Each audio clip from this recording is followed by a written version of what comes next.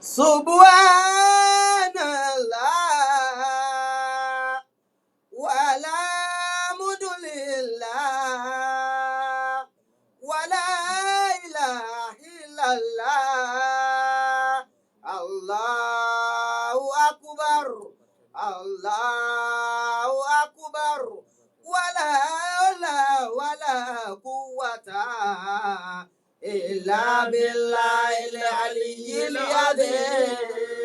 Ọlọ́run ló wúlò omi dáfẹ́fẹ́.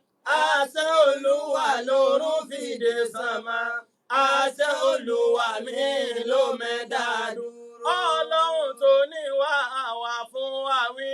Sátí àtò lọ́rọ̀ wá yọ̀ǹda ọ̀rọ̀. Máa jẹ́ ká ṣì wí káyé máa ṣì wá. Ọlọ́run tó ní wá àṣàdìyẹ. Ilé ayé kún fún dàrúdàpọ̀. Ọlọ́run kò là wá kó tún lájọ. Ọmọ akéwògbẹ̀rù ayé fẹ́ gbọ̀yìn ọgbọ́n ìmọ̀ tó kún fún làákàyè. Ọlọ́run kò gùn yín kó tún bá wa mọ́. A'udhu billahi minash shaitanir rajim. Bismillahir rahmanir rahim. Al-Wazir akéwògbà gold ọmọ akéwògbẹ̀rù mo tún dé. Gbogbo mùsùlùmí ayé akíwa kú ọdún akú ìyèdún. Oṣù Ramadana tó tún wọlé dé oríire ńlá ni fún gbogbo ẹni tí ń bẹ láyé. Ètò Ọlọ́run láyé, ètò Ọlọ́run nìgbà, ètò Ọlọ́run lásìkò. Ọba mi tẹ púrúlù ayé, ó tẹ púrúlù ọdún, ó tẹ púrúlù gbà, ó fún gbogbo ẹ̀ ní nọ́mbà, ó kakuléètì ẹ̀, gbogbo ẹ̀ sì ń wọ̀kì mọ́ra wọn tí ò gbọ́dọ̀ fail. Àwọn nǹkan kan tí ò yí ọ̀pọ̀ èèyàn, Ọlọ́run gbé ayé sórí nọ́mbà. Ìrìn àjò oòrùn, ìrìn àjò òṣùpá, ìrìn àjò ayé, ó níye manazil, pọ́ǹtì kọ̀ọ̀kan tí kọ̀ọ̀kan ọmọdé tí ọmọ calculate. Ìyẹn làwọn òyìnbó kọ́pì tó fi easy fún wọn láti ṣe fóònù. Àwọn náà nọ́mbà ayé gbogbo àyè ni wọ́n fi nọ́mbà sí. Tó o bá tẹ +234 ó níbi tí ó ti dún. Wọ́n nọ́mbà gbogbo ẹ̀. Ó ní windows tó gbọ́dọ̀ wọ̀. Ọlọ́run lémi Ọlọ́run ni mo ṣe bẹ́ẹ̀. Ó ń bẹ nínú àwọn ẹranko ayé tí wọn ò mọ ọjọ́ kà. Wọ́n sì ń kiri kà. Bẹ́ẹ̀dìyẹ bá sábà adìyẹ ìbílẹ̀ tó bá yẹyin tán tó bá sábà tó sùn lé lórí. 16 days ni ó lò kó tó di pé ẹdìyẹ ó jáde nínú ẹyin. Ta ló kó ẹyin adìyẹ pé tó o bá ti pé 16 days tí ìyá ẹ sùn lé ẹ lórí jáde kúrò nínú ẹ ta ló kọ. Allah ewéko gbóǹbẹ àwọn fruits àwọn èso tí ń ka ọjọ́ ń bẹ nú àgbàdo tó jẹ́ pé ọjọ́ tó bá pé 90 days 30 bọ́nú ilẹ̀ yà kúrò lára ìyá ẹ̀ ní ó tó jẹ. Bẹ́ẹ̀ náà làwọn èso oríṣiríṣi bẹ́ẹ̀ ta ní bá wọn ka ọjọ́. Ọba mi ni àwọn tí wọ́n ń bẹ ní sánmọ̀ àwọn náà ní nọ́mbà tí ń kà fúnra wọn.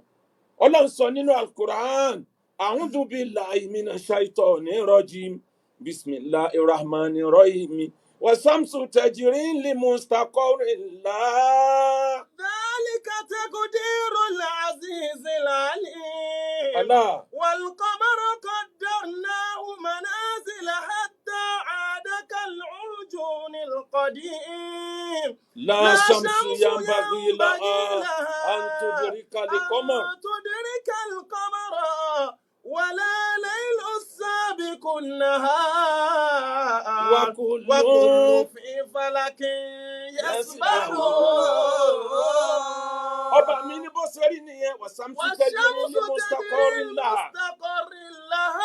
Ọba mi sọ wípé oòrùn ò dúró eré burúkú lòòrùn ń sá àmọ́ alálẹ̀ mustaqar lójú kan náà lórí bẹ́ẹ̀sì táwa Ọlọ́run fún ilé òun ti ń sá eré yípo òun òrìn káàkiri afẹ́fẹ́ gbogbo nǹkan yòókù tá a dá ní pílánẹ̀tì tó kù ní ń sáré yípo òun. Dhalika taqdirul azizul alim bẹ́ẹ̀ mi Ọlọ́run ṣe kádàrá ẹ̀ nìyẹn bá a ṣe tepurúlù tiẹ̀ ni pé ò ní kúrò lójú kan ó sì máa yípo ìwọ ló dẹ̀ mọ supply energy fún gbogbo ayé tá a bá dá. Dhalika taqdirul azizul alim wal qamar kọ̀dárínà amanazil ata àdàkalẹ̀ orijúnil kọ̀dí. Ẹ̀rẹ́ yóò sùpá ọlọ́run lóhun ọmọ sáré kiri ní ó ń sáré yípo ayé. Láàrin pé ń sáré yẹn dúdú ó jáde, ọ́rẹ́ǹjì ó jáde, á rí ńgbà míì, á ní rí sánmọ̀ ńgbà míì, á tóbi gbẹ̀ngbẹ́ ńgbà míì, gbogbo ẹ̀ ń ka ọjọ́ ni. Ta ló ń bá a kà tó fi jẹ́ pé 29 days 12 hours 44 seconds ń lóṣù ó tó yọ padà látijọ́ tó bá ti lé. Tẹ́ ẹ bá calculate ẹ̀ 29 days 12 hours 44 seconds ń ló gbọ́dọ̀ kà kó gbọ́dọ̀ lé. Ń ló fà á tí oṣù ojú ọ̀run ọ̀kan jẹ́ 30 ọ̀kan jẹ́ 20 ọjọ́ tí ń kà wọ 30 29.5 days lóṣù ẹyọ kan ó kà. Àmọ́ áàfù tó kù tí ó fi pé yẹn yóò ya nínú ti òmíì. Ńlọ́fà tó jẹ́ wípé ẹ mọ̀ yí pé tá a bá lóṣù eléyìí ọjọ́ 29 ìdajì ọjọ́ ti lé lórí ẹ̀. Oṣù eléyìí tí ń bọ̀ tó náà bá lọ jẹ́ 29 òun náà ń gbé ìdajì ọjọ́ tara ẹ̀ bọ̀. Yóò mú ìdajì ọjọ́ ètò lọ yóò fi kún ìyẹn ó jẹ́ 30. Òmíì tí ó tún tẹ̀lé 29 ńlọ làwẹ̀ tá à ń gbà fi máa jẹ́ 29 30 29 30. ilé ìfìlẹ̀ àlìkí Mo bọ̀ máa. kí ló fà á kí ló bá a dé bẹ́ẹ̀ tó fi rí bẹ́ẹ̀ ètò ọlọ́run ni lásàmùsù yambagi la antori kálíkọ́mara ọlọ́run la kakuléètì ẹ̀ òòrùn òṣùpá àtòòrùn wọn gbọ́dọ̀ overtake ara wọn. Wàkúlùm fi falakin yasbahun òǹkàlùkù wà níbi tá a gbé sí tí ń lúwẹ̀ẹ́ lọ. Ibo lànàbì ti rí telescope. Ẹbí gbogbo astronaut ayé ṣé bí ọ̀rọ̀ oòrùn òṣùpá àti gbogbo celestial bodies ṣé bó ṣe rí kọ́ ni Kùránì wí. Ànábì tí ọmọ kọ bẹ́ẹ̀ bá fún ní pẹ́ẹ́nì kò lè kọrúkọ rẹ̀. Ibo ló ti mélé ìwà tí kì í bá sí Ọlọ́run. Àsìkò ní gbogbo nǹkan ọmọ ìyá mi tó bá ń bẹ láyé ìyọ́nú Ọlọ́run ni ọmọ lé. Ìyọ́nú Ọlọ́run lásìkò ó lásìkò tọ́lọ́run yọ́nú ó lásìkò tọ́lọ́run bínú. Ìbínú Ọlọ́run ni kó ọmọ sá fún bí ìgbà tó ń sá fún ná. Ìyọ́nú Ọlọ́run ni kó ọmọ ṣe competition. Nínú ìyọ́nú Ọlọ́run lóṣù Ramadan náà wà. Tó gbọ́dọ̀ mọ sáré kìràkìtà nínú ẹ̀ tòró lásìkò tí ó lọ. Oṣù Ramadan náà ó mọ bó ṣe jẹ́ ni ó dà gẹ́gẹ́ bí extra voucher táwọn onífóònù máa ń fún yàn. Tó bá ra káàdì wọ́n á sọ fún ẹ pé àwọn bùn ẹ níye báyìí sí. Iye tí wọ́n bùn ẹ yẹn ó nígbà tó lò dá o bọ́ọ̀ bá ti lò wọ́n á kó kúrò ńbẹ̀. Extra cool tó bá ti da aago 5 kò ní ilé ìṣẹ́jú kan ó stop nù. Àwọn oore tó special oore àwùfù oore tó pọ̀ ju tó sanwó ẹ̀ lọ lóṣù Ramadan. Ó wá nígbà tí ó tàn ó nígbà tí ó bẹ̀rẹ̀ ó nígbà tí ó tàn tó o bá tètè máa kó ire inú rẹ̀ kó o tètè máa fọwọ́ méjèèjì kó oore Ramadan náà mára pẹ̀lú kó kí asámú kó o dìde lórúkọ yanáfìlà kó o jẹ sàárì kó o jí láàárọ̀ kó o tún kírun kó o tó sùn kó o jí láàárọ̀ kó o lọ gbọ́ kíkà Qur'an kó o jí kó o máa gbọ́ wàásí kiri kó o máa fún ẹni ebi ń pa lóúnjẹ kó o máa ṣàánú àwọn èèyàn kó o tó dàsìkò sínú kó o tó ṣe iftar kó o fáwọn èèyàn lóúnjẹ tó pọ̀ gbogbo eléyìí ọ̀n sáré kó o rè inú Ramadan ni. Toro ń tán lọ ìṣẹ́jú kan tó bá ti bẹ̀rẹ̀ ó ti ń tán lọ nìyẹn. Ọlọ́run rán sí mi. Àmín. Ọlọ́run rán sí mi. Àmín. Ìyọ́nú Ọlọ́run tí fani gòkè. Ọlọ́run rán sí mi. Àmín. Wọ́lá pálẹ̀ oṣù Ramadana. Ọlọ́run rán sí mi. Gbogbo ń tẹ̀lé lórí íńtánẹ́ẹ̀tì ẹ ṣí alẹ́tọ̀ yìí jìnnà ẹ ṣí ààrẹ ní 22 times. Ọba mi ó da oore bò yín níye ìgbà tẹ̀yìn gan ò lérò. Ẹ like ẹ comment ẹ wá follow page Akeugba Gold ẹ follow group Akeugba Gold. Ọba mi ó wá jẹ́ kẹ́yìn náà pọ̀ lóore wọlá títóbi Al-Qur'an. Ọmọ ìyá mi tó o bá ń fura pé bínú Ọlọ́run bẹ́ẹ̀ ń bì kan má débẹ̀ tó o bá dẹ̀ fura pàánú Ọlọ́run bẹ́ẹ̀ ń bì kan sì ti sáré gbórí wọlé. Bọ́ba mi ṣe fẹ́ nìyẹn nítorí pé kí ni ìbínú Ọlọ́run ò láàlà. Bọ́lọ́run bá ń bínú Ọlọ́run nìkan ló mọ̀ pé ẹni tí ò ṣe ó sì jẹ́. Al-Qur'an ni wattaqu fitnatan la tusibanna alladhina zalamu minkum khassa.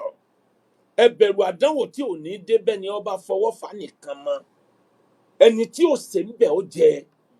Ń ló máa ń ṣẹlẹ̀ láyé gbogbo ẹni tó bá jẹ́ ìkà tí gbomijé lójú èèyàn ń dájọ́ ni o ìjọ tí ó kó la tí mọ̀ tó bá ń ṣe bí ọba mi ó sì fọwọ́ lẹ́rán gbà mí iná rọ̀ bákàlà bí lèmi rẹ̀ sọ ẹni tí ń payé lẹ́kún ẹni tí ń bayé àwọn èèyàn jẹ́ òun náà tún máa sọ pé látọjọ́ tóun ti ń rọ̀ kí ló ṣe òun oríire ń pọ̀ sí ni látọjọ́ tóun ti ń gẹ̀yàn lórí tóun fi wọ́n sọ wà àdánwò wo lọ́kàn òun níjọ́ tóun ti ń ju kò bànújẹ́ sínú ayé àwọn èèyàn òun lòun tó wà kóran yìí òun kò máa rò bẹ́ẹ̀ bẹ́ẹ̀ mò ń bọ̀ wọ́ ọlọ́wọ̀n ìyá lógún ọdún Allahu la yamutu wa jasaahu la yafut ní máa ń fà nígbà míì tọmọtẹ́dà bá bí ọmọ lálàá pé ẹgbà míì òun ò rí ṣe gbogbo ọ̀nà dímọ̀ òun bàbá òun lòun rí tí ń lé òun kiri bàbá ẹ̀ kí ń lé ìbínú Ọlọ́run nílé ní tí bàbá ẹ̀ ṣe lọ́mọ ń gbẹ̀san ẹ̀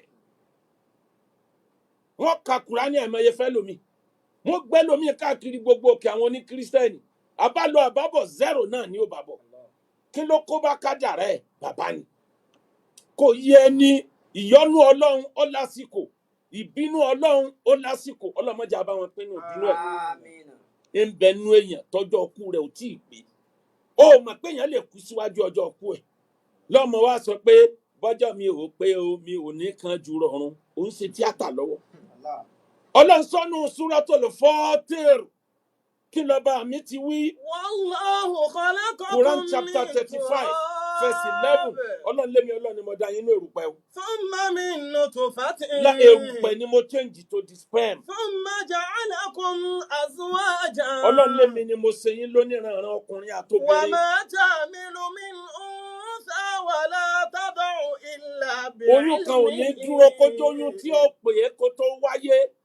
Ẹ̀mí Ọlọ́run mọ̀ sí oyún tí ò ní dé èèyàn tí ó fi jábọ́ mo mọ̀ nípa ẹ̀. Wa ma yu'ammaru min mu'ammarin. Ibi mo wá ń lò nìyí Al-Qur'ani ni wa ma yu'ammaru min mu'ammarin yóò máa ṣẹlẹ̀ ńgbà míì ẹnìkan ò ní wáyé kó lo ẹ̀mí tá a kọ sílẹ̀ fún kó lò tán yányán ilá wa ma yu'ammaru min mu'ammarin wala yunqasu ẹ̀dádúró wala yunqasu min umrihi.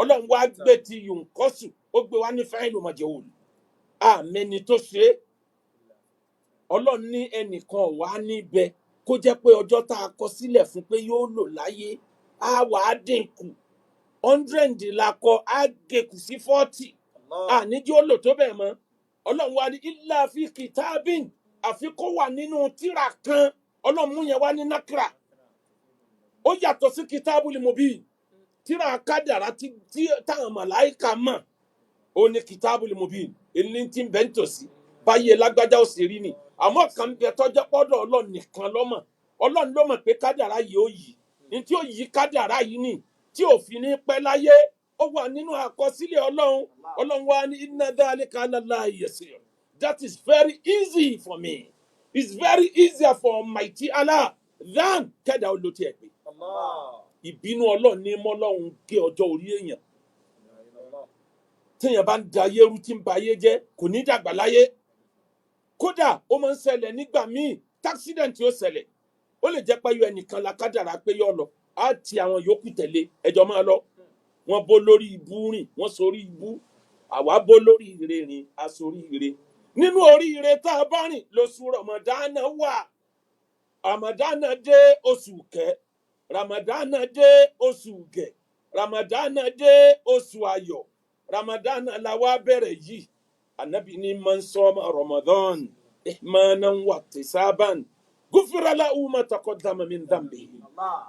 Ẹnikẹ́ni tó bá gbààwẹ̀ tó gbà pẹ̀lú àforíjìn imanan tó gbà pẹ̀lú gbàgbọ́ ọ̀dọ̀ Ọlọ́run wa ihtisaban tó gbà pẹ̀lú fọkànsìn tí ń kakuléètì ẹ̀ fúnra ẹ̀ tí ń ṣọ́ra gufira lahu ma taqaddama min dhanbihi gbogbo ẹ̀ṣẹ̀ tó ṣẹ̀ làwọn Ọlọ́run ó fi láforí ẹ̀jìn àní kọ́lọ́hún rán sí wa. Àmín. Kọ́lọ́hún rán sí wa. Àmín. Ìyọ́nú Ọlọ́run tí fani gòkè. Ọlọ́run rán sí wa. Àmín. Wọlá pálẹ̀ oṣù Ramadana. Ọlọ́run rán sí wa. Àmín. Nínú àkọsílẹ̀ àwọn àfáà Ànábì Musa òun lọ́lọ́ bọ́lọ́hún. Ó wá gbọ́ wípé Ọlọ́run pa ìran kan run nítorí àwọn kan ṣẹ̀ Ọlọ́run sì pa gbogbo ẹni tí ń bẹ nílùú rẹ̀ ọwọ́ anírè ọlọ́run èyí ọwọ́ pọ̀ jù èèyàn mélòó níkà tí ń bẹ nílùú èèyàn mélòó lẹni ibi tó fi pa gbogbo wọn run ọlọ́run rẹ̀ Musa tó bá délé lálẹ́ lọ sùn tó bá dọ̀la kó o má bọ̀ wá fún mi màá fún ọ lésì ọ̀rọ̀ rẹ lọ́la Musa délé ó sùn làwọn ìjà lọ tambolo tambolo tamatiye ní a bá sún jáde ní a bá bo anabi Musa bí ó sùn sí ọ̀kan bá gànjẹ Musa jí wìrìwìrìwìrì lọ́ba tanná ló bá rí i pé wọ́n pọ̀ bó ṣe fi náà gbogbo wọn ó pa gbogbo wọn tán ó wá padà sọ́dọ̀ ọlọ́run níjọ́ kejì lórí òkèèrè túrì síná ọlọ́run wá bi léèrè wípé ìrẹ Musa ò rí pé kà ní ọ ọlọ́run kí ni mo ṣe ìjàlọ ẹyọ kan ló gé ẹ jẹ ó dẹ̀ pa gbogbo ìjàlọ ọlọ́run tí ń bá pa wọ́n kí ni wọ́n ń wò ńgbà kan gé mi jẹ tí wọn ò wọ́ ọ̀nà ẹ̀ tí ń bá pa wọ́n àwọn yòókù ọ̀sẹ̀ mi wọ́n gé mi jẹ tán ọlọ́run ní bọ́rọ̀ tèmi náà ṣe rí n tó béèrè lánàá èsì ẹ̀ ló ti gbà yìí nígbà ènìyàn ń sẹ̀mí sáà yòókù ojú wọn fọ́ wọn lè wọ́ ọ̀nà ẹ̀ wọn àmọ́ pé bínú èmi ọlọ́run làálàá wọ́tẹ̀kù fìtínátàn látúnṣí ìbánilẹ́bí iná dọ́làmù minkum khas ẹ bẹ̀rù àdánwò tí ò ní dé bẹ́ẹ̀ ni ọba fọwọ́ fa nìkan mọ́ tanamu àìnáka wàlùmọ̀dìlúmù mọ̀tàbíhùn yẹ̀dìrún àlàyéka wà ẹnu láìlámù tánàmí يدعو عليك وعين لا متنمي لا تظلمن إذا ما كنت مقتدرا لا تظلمن إذا ما كنت مقتدرا You have power today. إلى الندم فالظلم يرجع قباه إلى الندم. Ọlágbára lẹ́nìí látẹ́dílì máa ń nà má pa àwọn èèyàn lẹ́kún. látẹ̀sílì máa ń nà. má pa àwọn èèyàn lẹ́kún jayé. látẹ̀sílì máa ń nà. má bà ayé jẹ́ mọ́ ìdá máa ń kóńtà mú kó tẹ̀dí rán. nítorí pé ọlágbára lẹ́nìí ni. Allah. gbogbo ohun tí ń jẹ́ ká ṣàbòsí èèyàn kò ní parí síbì kan ju kéèyàn ó regret lọ. fàzúlìmù yẹ́rì dì òkú bá. nítorí pé kí ni tànámù àyíká ìwọ ń sùn lọ́wọ́ ẹni tó ń palẹ́kún jayé ẹni ọ̀pálẹ́kún jayé ni òró oorun sùn yìí. yẹ̀dí wà lẹ́yìnká wà ẹnu là ìlàmú tànà mi. yẹ̀dí wà lẹ́yìnká wà ẹnu là ìlàmú tànà mi. ọba tó dá wa nìkan ni kì í sùn èpè ẹni a bá palẹ́kún a máa mú ni ó lè má ṣẹlẹ̀ ni ó lè jẹ́ pé àwọn ọmọ rẹ ni wọ́n forí kù tí wọ́n ti lọ láyé tó bá wá rí bẹ́ẹ̀ nínú ètò ayé amukina tó baraka ń bẹ azimina tó baraka ń bẹ ahaluli baraka ń bẹ amukina tó baraka òun làwọn àyè àlùbáríkà àwọn àyè tọ́lọ́run yọ́nú sí tó o bá ń wá yọ́nú ọlọ́run máa rìn síbi tọ́lọ́run yọ́nú sí inú ẹ̀ lòkè àràfá wà nínú ẹ̀ ní haram olúwa wà kò ó gbọ́dọ̀ bẹ lọ́hùn bẹ̀ kọ́ mọ́ gbà nínú ẹ̀ ní gbogbo mọ́sálásí wà àwọn àyè tọ́lọ́hún yọ́nú sí nìyẹn máa lọ bẹ ọlọ́run níbẹ̀ tó o bá fẹ́ rí yọ́nú ọlọ́run. amzinatul baraka ń bẹ àwọn àsìkò àwọn zamani tó jẹ́ pé àfà ìpè ọlọ́run ni ò ní dá ẹ lóhùn nínú zamani bẹ́ẹ̀ ni zamani Ramadan. Ànábì ní àdúrà tí aláwẹ̀ bá ṣe lásìkò ìgbà tó fẹ́ sínú gbogbo tó bá wí ọlọ́run ò ní dá padà ọlọ́run gbà wọlé ni. inna lil sa'im inda fitrihi du'a'un la turad àdúrà tó bá ṣe ọlọ́run náà ní dá padà lásìkò ìgbà tó fẹ́ sínú. ahlul baraka wà ńbẹ̀ kí ni ahlul baraka àwọn ẹni àlùbáríkà bọ́lọ̀ ń bá fẹ́ bínú tí bá bẹ́ẹ̀ ọlọ́run ó sì ní mi ò bínú mọ́. ebe ni tọ́lọ́run bínú sí bá sì wà ń bẹ̀ bọ́lọ́run bá fẹ́ bínú sẹ́ni ọ̀nbá rìn tẹ́lẹ̀ yóò sì kó yín pọ̀. ọlọ́ni ma kana Allahu mu'adhibahum wa anta fihim wa ma kana Allahu mu'adhibahum wa hum yastaghfirun. ọlọ́ni rí ànábì mi ò lè fìyà jẹ wọ́n I can never punish them because you are still existing within them. torí pé ànábì ń bẹ láàrin wọn ò ní fìyà jẹ wọn tí n bá fẹ́ bínú tẹ́lẹ̀ máa ro tiẹ̀ máa gbé bínú mi. nítorí pé ẹ̀ ń bẹ láàrin wọn ní òní jẹ́ wọn ó jìyà àti nítorí pé tí wọn bá ṣẹ̀mí ní gbangba wọ́n ń tọrọ àforíjì ní kọ̀kọ̀. àwọn èèyàn àwọn nǹkan wọ̀nyí la gbọ́dọ̀ kíyèsí. ọ̀kan náà sì mímọ́ tó báràkà la wà yìí àsìkò Ramadan náà ọ̀kan àsìkò oríire àsìkò àlùbáríkà àsìkò ìdùnnú. tẹ́ ẹ bá wà ní òkè àràfá gbogbo ọjọ́ tó wà nínú ọdún ẹ̀ẹ̀kan lọ́dún lọ́lọ́run máa ń sọ̀kalẹ̀ sí sánmà ayé.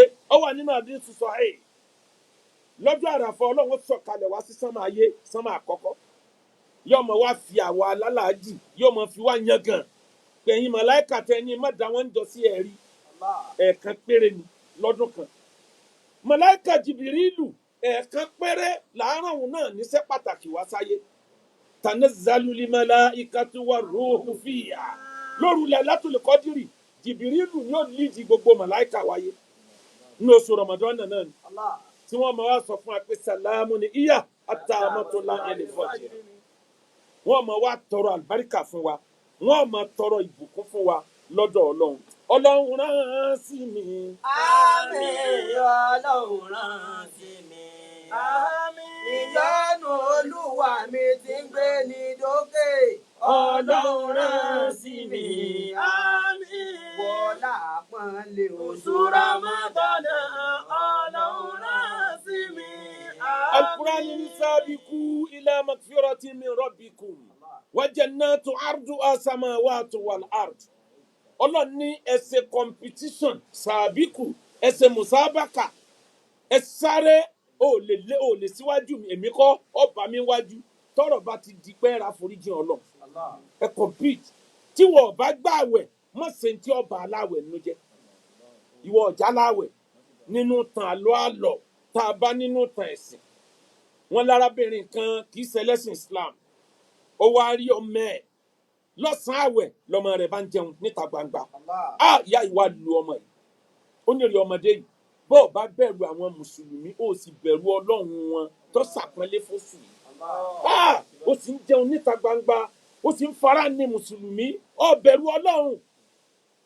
ìyá yìí wá sùn ló wá lálàá ló wá rí i pé òun ti ráforíjì ọlọ́run ó rí i pé ọlọ́run ṣàánú òun lójúran ó wá gbọ́ gbólóhùn wípé a ti foríjì ẹ̀ ó wá jí lọ́wọ́ lọ bá àwọn àfa wa bi léèrè pé kí ló ṣe ó wá sọ wọn ni ọba wa ti ọlọ́run atọ́dáyé àtọ̀run ti yọ́nú sí ọ ní tí ó jẹ́ kó àlátọ́ láyẹn ó gbà tán ni pé kó gba Islam. ìyá yìí wá gba Islam ìjọ tó wá gba Islam kò lọ́jọ́ méje láyé tí jáde láyé ọdẹ ni mímọ́ tán ọba mi mú kó lẹ̀ lálùbáríkà pé ọkùn oṣù Ramadan lè aziminatul baraka ọ̀kan nínú ẹ̀ lóṣù Ramadan tí wọ́n bá já láwẹ̀ àlùbáríkà Ramadan ń bẹ láàrin ìlú tó wà níwọ̀n ìgbà táwọn mùsùlùmí ń bẹ ń bẹ mọ́ fara ní mùsùlùmí ẹ̀yin tẹ́ ń bẹ níjọba ẹ̀wọ́n náà bóúnjẹ ó ṣe rọrùn lásìkò àwẹ̀ ẹ má pín kóńgò kọ̀ọ̀kan àpò rẹ́sì kọ̀ọ̀kan ní gómìnà kan lé Haúsá máa pín ní Ramadan ẹ dún àwọn èèyàn nínú oṣù Ramadan kẹ́yìn náà ó lè bá àdẹni tí ó pàdé Ọlọ́run láàyè tọ́da. ẹ wá dákun ẹ jẹ́ ká wo kinní kan nípa oṣù Ramadan Al-Qur'ani ní yuridullahu bikumul yusra wala yuridu bikumul usra walitukmilul idda walitukabbirullaha ala ma hadakum. Ọlọ́run ní ìrọ̀rùn ni mo fẹ́ fún yín pẹ̀lú àwẹ̀ tí mo ní kẹ́ ẹ gbà wò mi ò fara ní yín nítorí kára ó lè bá a dẹ̀yìn ni mo fi ní kẹ́ ẹ máa gbà wẹ̀ nítorí pọ́jọ́ ti wá lọ kí làwọn nǹkan tó jẹ́ mùbáhù tá a yọ̀ọ̀dá fẹ́ni tó bá ń gbàwẹ̀ Ramadan ó yá dá mi lóhùn. Àsìwákù tún lànà á. tó o bá ń bẹ nínú àwẹ̀ sọ̀rọ̀ bí ìgbà tó ti jẹun tó o bá ń bẹ nínú àwẹ̀ o gbọ́dọ̀ máa ro ayọ̀ọ̀dá kó o lọ sí wá orin gbígbẹ orin ilẹ̀ lárúbáwá yìí tó ti gbẹ pákó tutù tí pákó bá ti gbẹ tí ò sómi lára ẹ̀ mọ́ o lè ronin lọ́sàn-án àwẹ̀ ayọ̀ọ̀dá rẹ̀ kẹnu rí ọmọ bá a máa bùtì sáwọn èèyàn ẹlòmíín bẹ tó ti sọ Ramadan lẹ́nu eyín ti rùn tẹ́lẹ̀tẹ́lẹ̀ káwẹ̀ tó dé àwẹ̀ wá dé gbogbo ẹ̀ wá kúnra wọn tọ́ba wá gbẹnu sí ọ á dàbí ìgbà tí wọ́n sì nǹkan mí lẹ̀ bó o ṣe ń sún ẹ̀yìn lòun ò tó máa gbẹnu sí ẹ tọ́ba wá lè ti jẹ́ yọlá nẹ́bí sọ yí pé òórùn ẹnu aláwẹ̀ ọ̀dà àjò òórùn àlùmísì kí lọ ni kí o sòórùn ẹnu tẹnu rẹ̀ ti jẹrà tẹ́lẹ̀ ṣẹ̀rí ayọ̀dà kòrò ní ẹlẹ́ẹ̀kejì التبرد بالماء من bóoru bá pọ̀ شدة jù الحر. àwẹ̀ kì í ṣe àìwẹ̀ ó lè wẹ̀ nínú Ramadan ó lè fọṣẹ wẹ̀ kódà ó lè da omi sórí tóoru bá pọ̀ jù kó o fi ṣe tàbárùdù kára rí ó lè bá a balẹ̀ àmọ́ kò sí bó ṣe lúwẹ̀ nínú odò ó ṣeé ṣe kó omi ọgbà mú tàbí ti wọlé o kó o da mi sórí kára rí ó ti tutù tàbárùdù èèyàn ni o kì í ṣe kó o lọ lúwẹ̀ nínú swimming pool kó mi ọmọ ṣe mistake gbàbẹ̀ wọ ọ̀fun ẹ. kí lẹ́lẹ́kẹta الأكل والشرب والوطأ ليلا. wàlọ́wọ́tẹ̀ ẹlẹ́ẹ̀kẹta ó ní àlàákùlù ká jẹ lóru tá a bá ti sínú tán alẹ́tọ̀ láti jẹ títí tí ó fi di ìgbà tí à ń múra àti lọ́ọ́ kí ìrun àsùbá bí aago 5 ní sàárì ló ti end tó o bá ló máa mú un lọ ó lè yíwọ́ o sísúnmọ́ yàwó ẹni lóru Ramadan náà Ọlọ́run ló ń yọ̀ọ̀dá ẹ̀ nisaukum arithulakum fàátù arisakum anasitum ẹ súnmọ́ yàwó yín lóru àwẹ̀ oníkọ́ ọmọ súnmọ́ yàwó ẹ bọ́ọ̀ bá gbádùn ní ọsọ kò sì wá gbọmọ tó lò lóru ni o gbọ́dọ̀ súnmọ́ lọ́sàn bọ́ọ̀ bá ìsúnmọ́ obìnrin lọ́sàn àwẹ̀ ẹyọ kan ó fi gba 61 Ọlọ́run sì tún lè má foríjì ẹ pẹ̀lú kí ló tó kàn. السفر لحاجة مباح. ṣẹ̀rí ayọ̀dá fún ẹ o lè travel lọ́sàn àwẹ̀ ó yọ̀ọ̀da o lè travel àmọ́ rántí Quran ti sọ yí pé nínú ẹni tí ó lè fi àwẹ̀ sílẹ̀ tí ìrìn àjò lónírìn àjò wà tí ìrìn àjò yẹn bá dìnnira fún o lè já àwẹ̀ kó o san padà tẹ̀síwájú. التداوي بأحد دواء ṣẹ̀rí ayọ̀dá nídàájí táwẹ̀ ò tí ì wọra o lè gba abẹ́rẹ́ tó ní fìlì ẹ̀ lọ́fun àmọ́ àwọn àfa àtakò eléyìí náà apá kan àwọn àfa àtakò wọn ní tó bá gbádùn jáwẹ̀ Ọlọ́run ti ní kẹ́ni tí ò gbádùn ọmọ gbà àwẹ̀ tẹ́lẹ̀ èwo wá lábùrọ̀ gbà àwẹ̀ gbàbẹ́rẹ́ nídàájí tí ó wà lọ yíwọ́ nígbà tí ò sóúnjẹ nínú ẹ mọ́ kí tún ló tẹ̀lé. مضيء الطعام لطفل صغير. olóbìnrin tí ń tọ́jú ọmọdé lọ́wọ́ ọmọ yìí ò tí ì lágbára láti jẹ oúnjẹ wọn máa bá a fẹyín gé ni ṣẹ̀ríà ní o lè fẹyín fọ́ oúnjẹ fọ́mọ láyé ìgbà tí ò tí ì sí tó o lè fi lọ oúnjẹ fọ́mọ má jẹ́ kó bà ẹ́ láàwẹ̀ jẹ́ o lè gún oúnjẹ rẹ̀ kó o gbé sí lẹ́nu yóò jẹ́ bẹ́ẹ̀. أخيرا التطيب ṣẹ̀ríà o lè wẹ̀ lọ́sàn-án àwẹ̀ kó o sì tún wá lo lọ́fíńdà ṣẹ̀ríà yọ̀ọ̀dá rẹ̀ o lè lo lọ́fíńdà kó ba àwẹ̀ rẹ jẹ́ anything tó bá tiẹ̀ lè kọjá lọ́fun ńlọ́ba àwẹ̀ jẹ́ kí wọ́n làwọn nǹkan tó bá àwẹ̀ jẹ́. وصول الماء anything tó bá ti jẹ tó bá dé bí ọ̀fun rẹ tàbá bẹ̀rẹ̀ lọ́gà tó fìlì ẹ̀ lọ́fun tó fi edé nù kùn àwẹ̀ ti já. ما وصل إلى الجوف بمبالغة. gbogbo bí mubalaga tó lọ mọ̀dùmọ́dọ̀ ó ń ṣàlùwàlá lọ́wọ́ ń yọ ẹnu ṣùkùṣùkùṣùkù omi fi wá ṣẹ́ sí ọlọ́fun ó ti pọ̀ ju ṣé díẹ̀ kó o sì dá omi padà ní bọ́ ọ bá gbé omi gẹ̀ẹ́kan mi àwẹ̀ ń lọ díẹ̀díẹ̀ o. dáhùn. خروج المني بمداومة النظر. ó wá tẹjúmọ́bìnrin títí lọ́sàn-án àwẹ̀ lójókòó lẹ́sẹ̀ títí ló ń pẹ́ ẹ wá ń sọ́fà wájú ẹ wá ń sọ́fà ẹ̀yìn nígbà tó ìwí tán ṣòkòtò rẹ ti tutù ọ gbọ́dọ̀ já àwẹ̀ ń ó sì gba 60 míì padà ọ gba ẹyọ kan yẹn padà níwọ̀n ìgbà tí kì í ṣe pé obóbìnrin lò pọ̀. الاستقاء العمد. ó fẹ́ dọ́gbọ́n já àwẹ̀ lọ́wọ́ àtọwọ́bọ̀nà fún lọ́ba ìbí ọ gbọ́dọ̀ já àwẹ̀ yẹn ó sì tún gbà míì padà. أكل أو الشرب أو الوطأ. gbogbo kó o jẹun lọ́sàn-án tàbí kó o súnmọ́bìnrin lọ́sàn-án ìbínú Ọlọ́run ní bẹ́ńbẹ́ ànábì ní àwẹ̀ ẹyọ kan tó o bá dá lónú Ramadan ládàá rẹ̀ ò lè padà mọ́ kódà bọ́ gba 60,000 nítorí ẹyọ kan o lè rí ládàá rẹ̀ torí timing tó wà fún Ramadan kò sí máa ń gba Ramadan ti lọ àtàwọn nǹkan míì tí ràmọ́ tí ṣẹ̀ríà tó ló bá àwẹ̀ jẹ́ nítorí náà Ọlọ́run rán sí mi. àmín. Ọlọ́run rán sí mi. àmín. Ìyọ́nú Ọlọ́run ti fẹ́ dá gòkè. Ọlọ́run rán sí mi. àmín. Wọlá pálẹ̀ oṣù Ramadana. Ọlọ́run rán sí mi. níparí ọmọ ìyá mi sábìkú ilá magfiratin min rabbikum ẹ ṣe competition lọ síbi tẹ́ẹ̀ tí ra àánú Ọlọ́run ẹ má sáré lọ bí tẹ́ẹ̀ tí rí ìbínú Ọlọ́run ẹrú Ọlọ́run kan mo ti sọ̀tàn yẹn rí lórí wáàsí òun ni wọ́n pàdé lára lé Olúwa ní Mẹ́kà tó ń dì má sọ Olúwa pé kọ́lọ́hún ó foríjì hùn Allahumma gfirli Allahumma gbérìlì tó bá wí yóò tún ní wa máa zun nù kàtẹ́ fàálù ọlọ́run òun ò rò pé o lè forí jẹun wọn á pè kalẹ̀ kí ló dé ìbínú ọlọ́run wo ló pọ̀ tó báyìí tó fi rò pé ọlọ́run ò lè forí jẹ ó ní bàbá òun nígbà tí ń bẹ láyé ọkùnrin mẹ́ẹ̀ẹ́dọ́gbọ̀n ní táǹkù ni béèyàn 100 bá fèsì ẹ̀ṣẹ̀ lásán ní ìbáyé wọn jẹ́ ọláràlú bẹ̀rù ẹ̀ àmàdánwò ẹ̀ ní pé tó bá róbìnrin tó wù bí ó bá ti ka mọ́ náà ni ó ti máa bá lò pọ̀ wọ́n wá kírun tán jọ́ kan wọ́n tilẹ̀kùn mọ́sálásí yẹn ò ní kì nílùú àwọn ìlèmọ́mù wa ń kọjá lọ wá ń gbọ́ tẹ́nìkan ń dún bí àlìjànnú nínú mọ́sálásí ló bá ṣílẹ̀kùn ńgbà tí ó ṣílẹ̀kùn ọkàn bàbá òun ní òhò lórí obìnrin lórí mímbàrí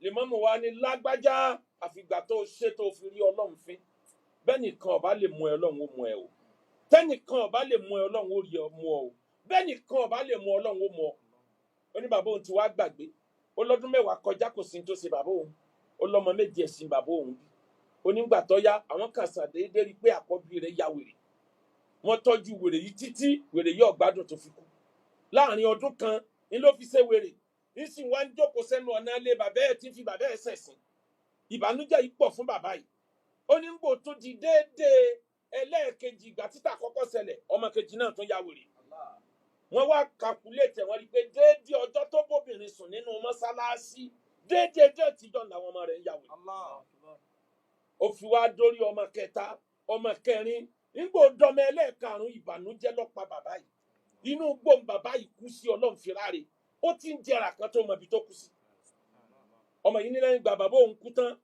èyí tó tún wá jọmọ kẹfà òun náà ti wà lórí wèrè báyìí òun sì mọ̀ pé gbogbo kélé yìí wọ́n kú òun lọ́kàn lòun wá ní kó wọn wá foríjìn lọ́dọ̀ ọlọ́run ẹ wo bí bàbá òun ti ṣẹ̀ bàbá jìyà ọmọ náà tún jìyà pọ̀ àfi kọ́lọ̀ wọn la òun kó wọn mọ́ bàbá òun pé náà yà yìí ní lòun bá wá sára lé ọlọ́run ní fi ń já sí pé ìbínú ọlọ́run lásìkò ìgbà tí ó mú òsìkà láàmú ìyọ́nú ọlọ́run lásìkò tó o bá ti màsìkò yọ́nú ọlọ́run títí wá ẹni fẹ́ ra lé ẹ bá lè ṣe Akéwùgbà Gold ẹ bá wa dòwò pọ̀ bàbá wa tó sanwó wá sí Dr. Awa Ibrahim tí wọ́n ní iléeṣẹ́ Express Payment Solution iléeṣẹ́ tí ń rí sí ọrọ̀ ajé federal àti state àti ti local government iléeṣẹ́ náà ọlọ́mọ jẹ́ kó bàjẹ́ wọ́n san láti fi tọrọ àforíjì fún bàbá wa tó bí wọn bàbá náà ìbí àgbà ìlú Ọ̀fà tẹ́lẹ̀tẹ́lẹ̀ bàbá Ibrahim Akéwùsọlá ọlọ́run kó bá ní yọ́nú sábọ̀ wọn àti ìyá wa tí wọ́n jẹ́ ìyàwó wọn náà wọlá títóbi alukur'an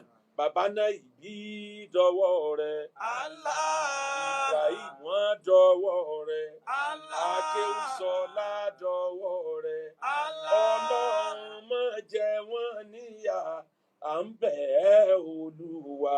Allah, la ilaha illallah, Allah, la ilaha illallah, Muhammadu Rasulullah, la ilaha illallah. Ẹni fẹ́ ra lẹ̀ ẹni fẹ́ bá lé ẹ bá lè ṣe Akéwùgbà Gold ẹ bá wa dòwò pọ̀ anílẹ̀ ní gbogbo ilẹ̀ Yorùbá àwa ní àwọn ilẹ̀ tá à ń ṣe promo lọ́wọ́ lórí ẹ̀ àkọ́kọ́ tá à ń ṣe promo lọ́wọ́ lórí ẹ̀ ilẹ̀ yẹn ń bẹ lẹ́yìn Redeem Camp gangan ní Ìbàfò ká tó dé Èkó lẹ́yìn Redeem ló wà anílẹ̀ yẹn tó pọ̀ owó pọ́kú là ń tà lásìkò yìí àwa ní ilẹ̀ tó fèsì express ọ̀nà Ìbàdàn sẹ́kọ̀ọ́ ní kìlómítà 10 ìrìnsẹ́jú 10 lórin láti tó gèètì Ìbàdàn débẹ̀ à ń pè bẹ̀ lálápákó ilẹ̀ kọ́lé tó wà ń bẹ̀ àwọn èèyàn ti rà lọ rẹpẹtẹ afẹ́fì yẹn ṣe ìlú à ń dàlú tẹ̀ ni police station bẹ́ẹ̀ electricity bẹ́ẹ̀ gbogbo nǹkan ló wà ń bẹ̀ company yí bẹ̀ po ìyẹn ti já wálẹ̀ 550,000 là ń tà nísìn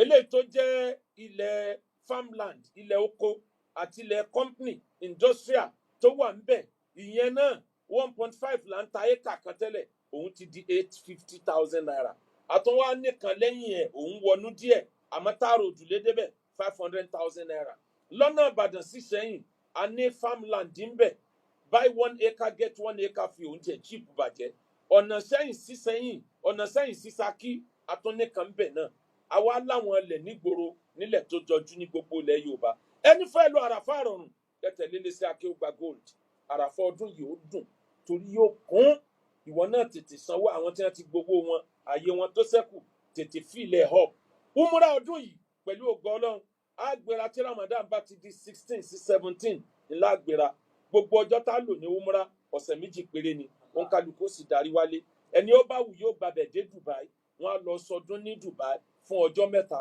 à á sì padà wálé ààyè sì ṣẹ́kù tètè tẹ̀lé wa 08035066122 08057818180 ìyẹn bẹ́ẹ̀ bákan náà ẹ mọ́ ọmọ yín wá sílé ẹ̀kọ́ wa Royal Group of School ilé ẹ̀kọ́ wa ń ṣe dáadáa nínú ẹ̀kọ́ ìwé àti ẹ̀kọ́ kéwú ẹ sì mọ́ ọmọ yín wá sílé kéwú lọ́dọ̀ wa ọ̀fẹ́ ni kéwú lọ́dọ̀ wa ẹni wọkọ̀ ẹni wáyà text message sórí nọ́mbà yẹn tó bá ń bẹ Nàìjíríà lo text message tó bá ń bẹ labroad lo WhatsApp number ibi ó bá wà náà ló ti rí ẹnì kejì rẹ tọ́lọ́run ó dẹ̀ fàlùbáríkà sí 08057818180 pẹ̀lú ògo Ọlọ́run ní Ramadan 1 tí í ṣe ọjọ́ sátidé aníwàásí pàtàkì ní Laspotech ní Kòròdú ní Laspotech ní wàásí yẹn ó ti wáyé bí aago kan ọ̀sán ní wàásí yẹn ó bẹ̀rẹ̀ níbẹ̀ kí gbogbo akápàdé ní Laspotech ní Kòròdú lóòjọ́ Sunday